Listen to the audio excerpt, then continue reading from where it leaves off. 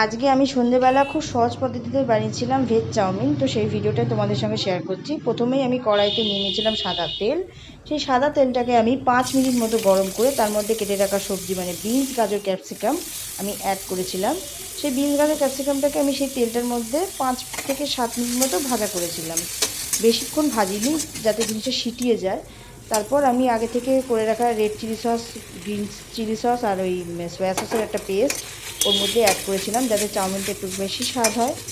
সেটা তারপর কিছুক্ষণ নাড়াচাড়া করার পর আমি আগে থেকে সিদ্ধ করে রাখা নুডলসগুলো তার মধ্যে দিয়ে আরও ওই 5 মিনিট মতো নাড়াচাড়া করেছি, যাতে পুরোটা জিনিসের সঙ্গে মাখামাখি হয়, দিয়ে একটা সুন্দর স্বাদ হয়।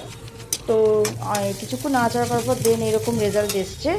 আমি যেহেতু সাদা চাউমিন খাই, তো আমি সাদাই খেয়েছি, হলুদ দিইনি। তার মধ্যে নুন, চিনি স্বাদ মতো অ্যাড করেছি। তো বিকেলবেলা আমি এই চাউমিনটা বানিয়েছিলাম।